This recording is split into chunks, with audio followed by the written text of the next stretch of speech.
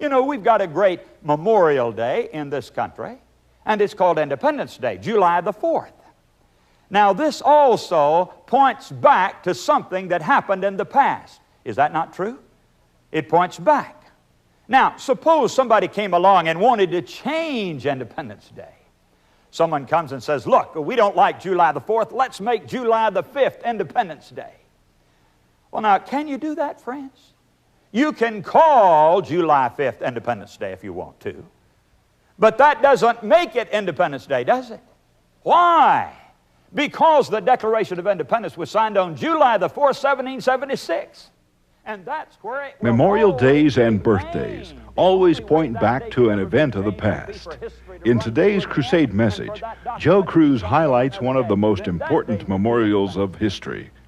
Stay tuned for The Amazing Facts.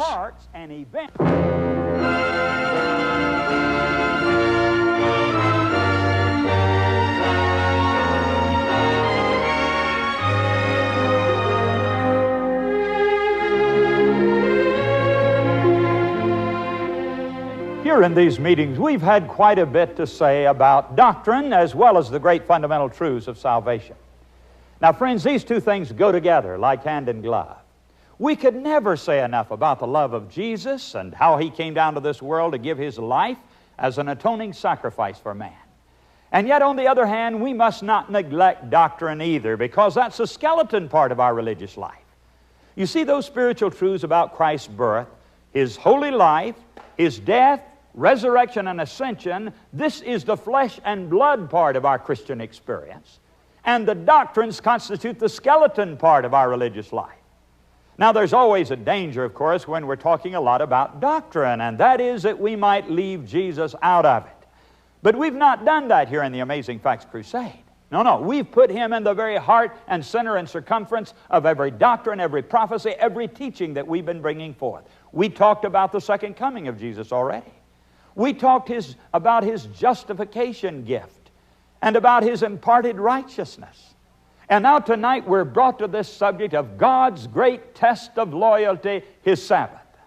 And you know, friends, if Jesus had nothing to say about this subject tonight, we could stop right here and I could forget it and send you home and you wouldn't miss a thing. But I'm glad to tell you that Jesus did have a lot to do with it and a lot to say about it. And I make no apologies tonight as I introduce this subject of God's great test of loyalty, the Sabbath Christ gave the world.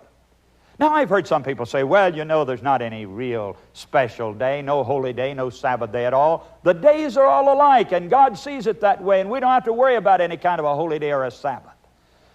Let's turn in our first text tonight from Revelation chapter 1, and I want you to see, friends, that in God's sight there is one day that is very different from all the others and that is very, very special. Revelation chapter 1, and I'm going to read verse 10. Very, very interesting words.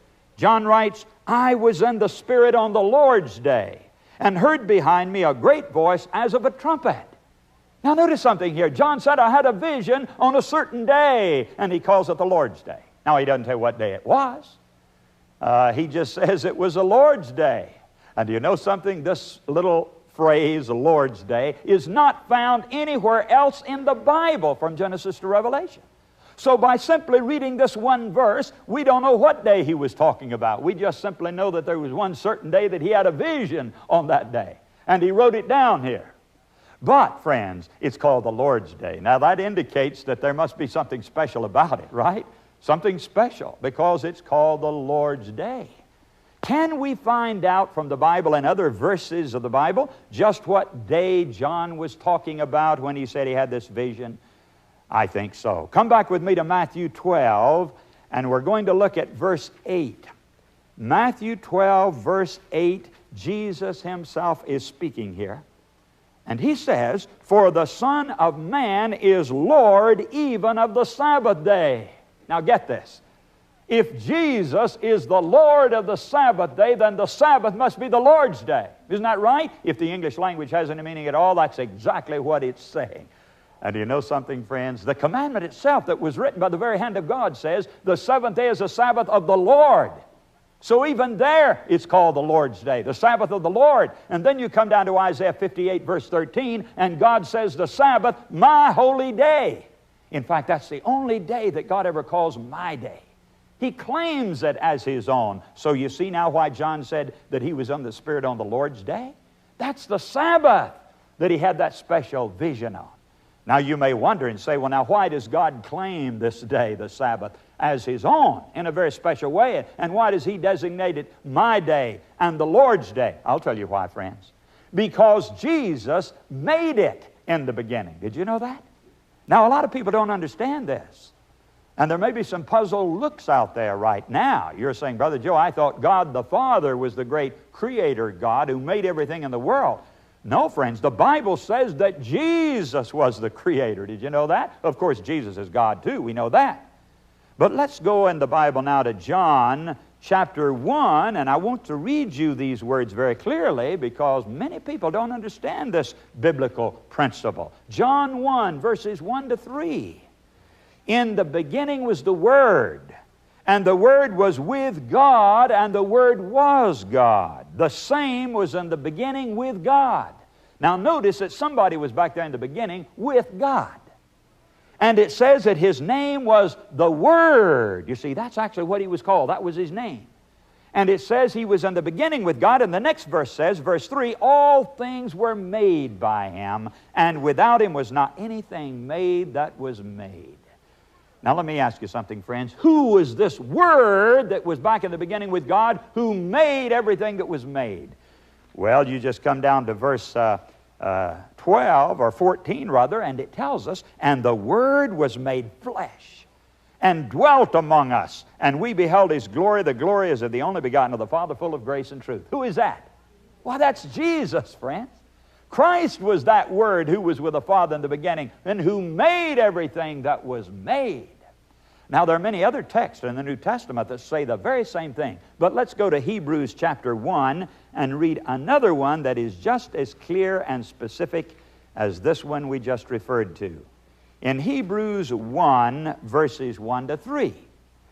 God, who at sundry times and in divers manners spake in times past unto the fathers by the prophets, hath in these last days spoken unto us by His Son, whom He hath appointed heir of all things, by whom also He made the worlds. Now notice it says it was by the Son, by Jesus, that God made everything that was made. In other words, Christ was the divine agent of creation by which everything was brought into existence. He's the one who spoke and caused matter to suddenly appear out of nothing. He did not create this world and this universe, friends, out of pre-existent material. God had the power to speak. Christ had the power to speak and cause things to suddenly appear out of nothing. And so the world was made, it says here. In fact, the worlds, plural, were made by Jesus. God did it through the Son.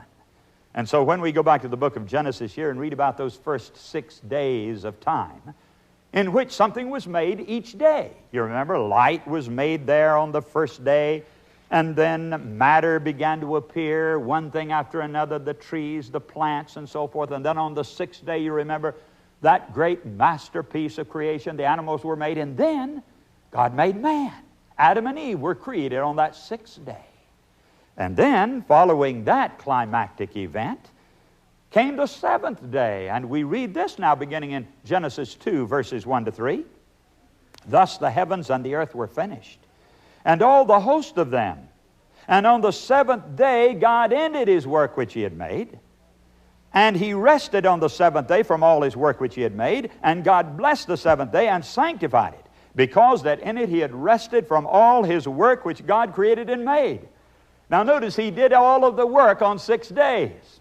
And then on the 7th day, He did 3 things that were totally different from anything He had ever done before on the other days. It says He rested on that day. He didn't do any work at all. And He blessed it, and He hallowed it, and He sanctified it. You see, all of those things were done on this 7th day. And by the way, who is doing this now? Who is the Creator? Who did we find out the Creator was? Why, that's Jesus, friends. Christ is that Creator. This is the reason I love to preach about the Sabbath, friends, because you can't separate it from Jesus. He made it there in the beginning. And you find Him related to that Sabbath from Genesis to Revelation. And that's why I love to preach about the Sabbath, because Jesus made it. That's why it's called the Lord's Day. Now, friends, after we found out who made the Sabbath, and by the way, some people tell me, I've heard them say this over and over again, well, you know, that was done way back there in the Old Testament. That Sabbath doesn't have anything to do with us. Because, you know, it was made long, long ago for a certain period of time and for certain people, and so it doesn't apply to us today. Friends, that is not true. They even say it's a shadow. Have you ever heard anybody say that the Sabbath is a shadow and therefore it doesn't really apply today? That just isn't true. Let me tell you why it's not true, friends. It could never be true. You see, shadows did not exist before sin existed. You can't have a shadow before sin existed. No way. Certain things like the animal sacrifices came along as a shadow, pointing forward to the deliverance from sin. But if there had not been sin, there wouldn't have been any animal sacrifices. There wouldn't have been any of those types and shadows at all. You see, friends, the Sabbath was made in the beginning before sin existed. And therefore, you can never say that the Sabbath is a shadow of anything. Many other things were added as shadows after sin came in, but the Sabbath was made in the beginning in the Garden of Eden when everything was absolutely perfect, and there was no possible way for it to be considered a shadow. Now, let's ask another question, friends. We found out who made it. Jesus made it, didn't He? Who did He make it for? That's the next question. For whom was the Sabbath made? Now let's go to the book of Mark, chapter 2 and verse 28, and let Jesus answer this question for us. Mark 2:28, Jesus said unto them, well, verse 27, let's read that first. And He said unto them, the Sabbath was made for man, and not man for the Sabbath. Therefore the Son of Man is Lord also of the Sabbath. Now, friends, who was the only man here when Jesus made it? Why, Adam and Eve had been made on the sixth day, isn't that right? And then He made the Sabbath the next day and blessed it and sanctified it. And Jesus Himself said, I made it for man. And by the way, that word man is used in the generic sense. That means that it includes all the world of mankind. That's the way the word is used. And the only man here and the only woman here was Adam and Eve, who had been made on the sixth day. And Jesus said, I made it for man. Well, He made it for them, and He made it for all of their descendants who would come after them. Have you ever heard anybody say, well, you know, that was made for the Jews? The old Jewish Sabbath. How many of you have ever heard anybody say the old Jewish Sabbath? Ah, friends, let me tell you something. Nowhere do you find in the Bible that expression. It doesn't say the Sabbath of the Jews. It says always the Sabbath of the Lord. The Sabbath of the Lord. There weren't any Jews in existence when the Sabbath was made. In fact, it would be 2,000 years practically before any Jews would even come on the stage of history. Do you think Christ made it back there for the Jews and put it aside for 2,000 years, and then later on when they came on the scene said, here's something I made for you? Oh no, friends. It's not made for the Jews at all. It's made for man. It's made for man. And that means all mankind. In fact, friends, there were two wonderful divine institutions that were made by Jesus back in the Garden of Eden before sin came in. And both of them were made for man. One of those institutions was marriage, and the other was the Sabbath. Now, the Bible says that woman was made for man. Remember that text? Woman was made for man. The very same term there, the generic word for all humanity. That's the word that's used there when it says woman was made for man. And then Jesus said the Sabbath was made for man. Let me tell you something. If the Sabbath is only for the Jews, then marriage is only for the Jews. That's what we'd have to conclude, because the same word is used for both of them. And friends, Christ made these two wonderful holy institutions right back in the beginning before there was any sin, and gave those two institutions to man. Now listen, Luke was not a Jew. He was a Gentile. And he wrote two books of the Bible. He wrote the book of Acts and he wrote the Gospel of Luke.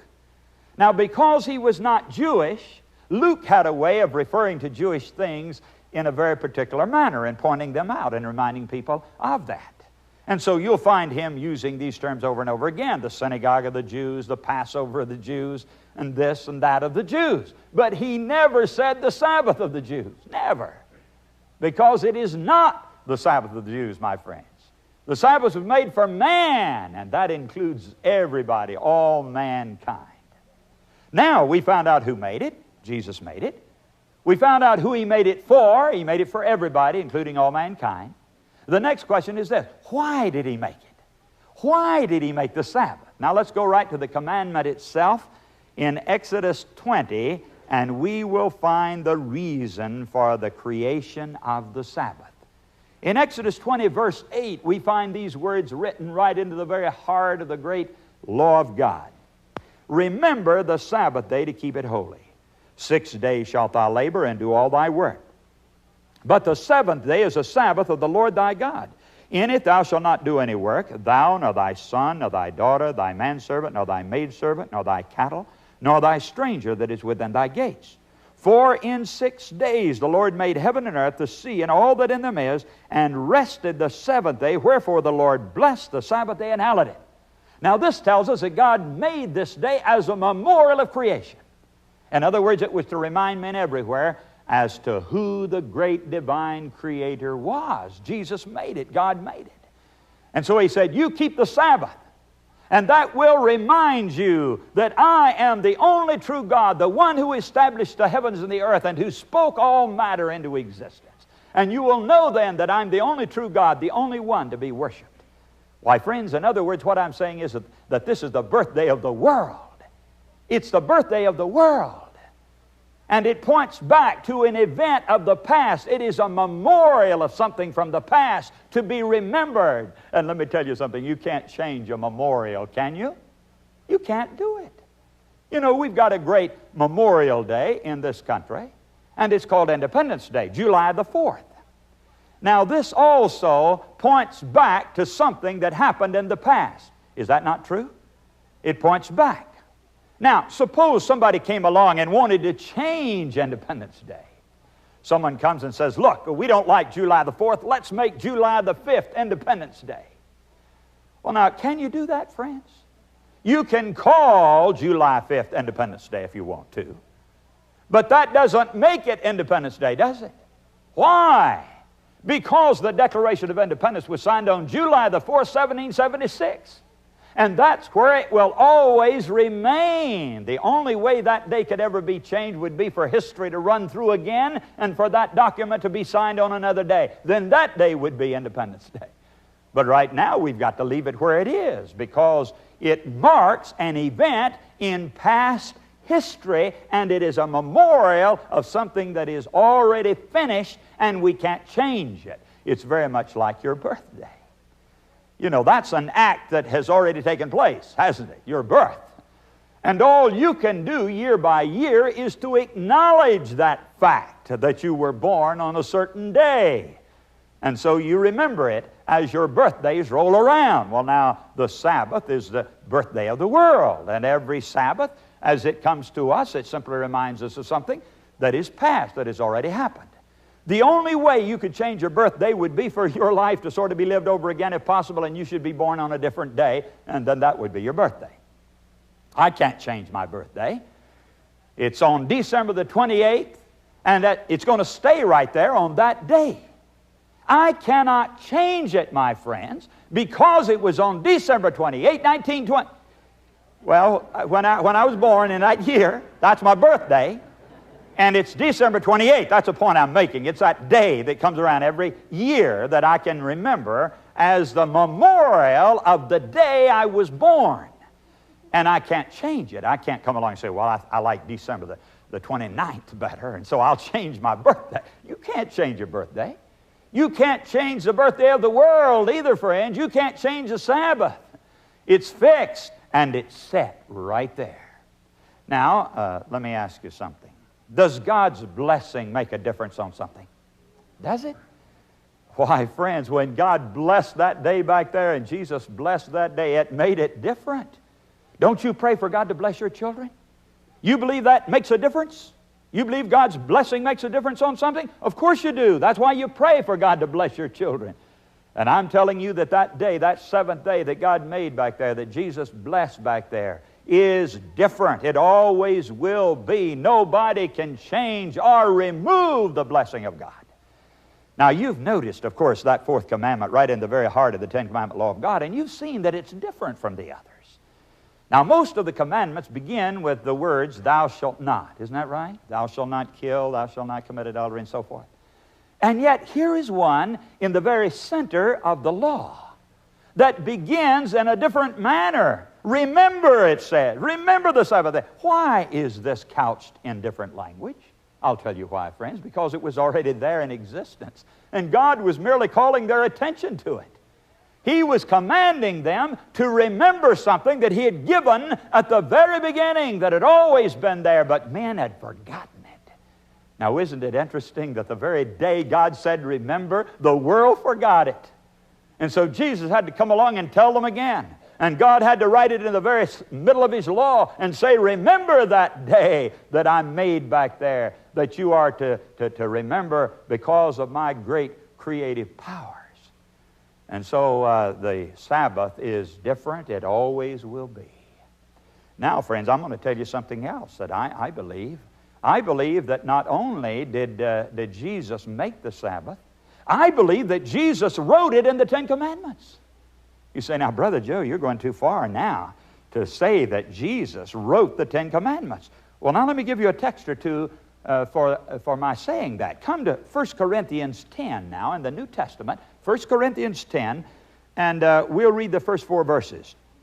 Moreover, brethren, I would not that ye should be ignorant, how that all our fathers were under the cloud, and all passed through the sea, and were all baptized unto Moses in the cloud and the sea, and did all eat the same spiritual meat, and did all drink the same spiritual drink, for they drank of that spiritual rock that followed them, and that rock was Christ.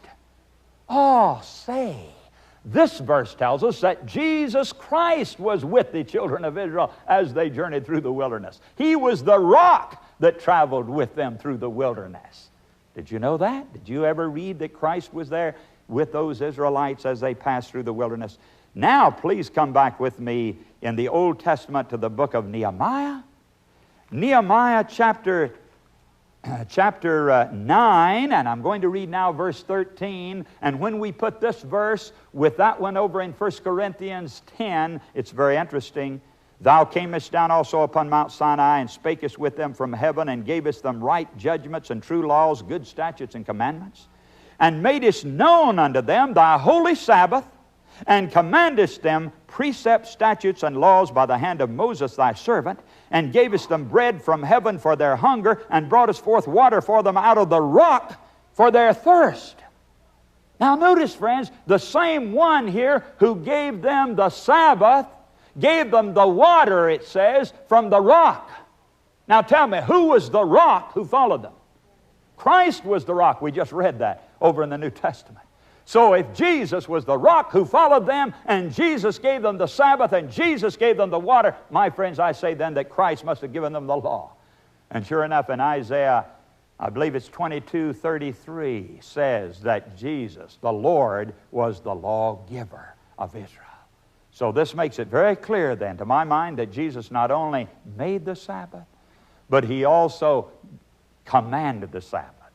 He was right there with them as they traveled, and He gave them that law at Mount Sinai. And so Jesus then is very closely and intimately connected, my friends, with the making of the Sabbath and the giving of the Sabbath of the world. I think that's a good reason for you and me to observe that Sabbath as we go along through life.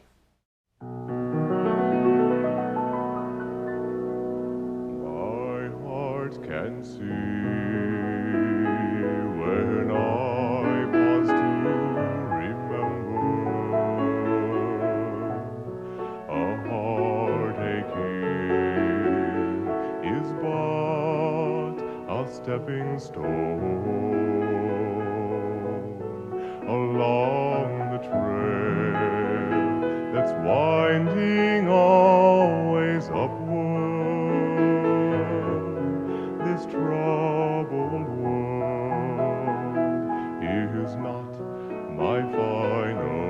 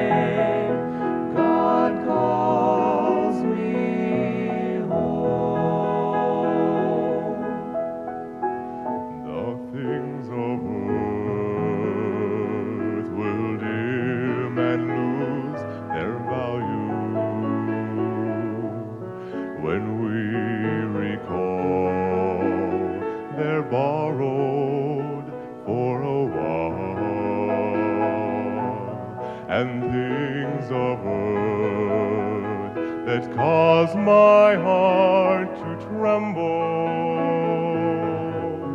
remembering them will only bring a smile. So until then, our hearts must go on singing. Until then, with joy, let's carry on.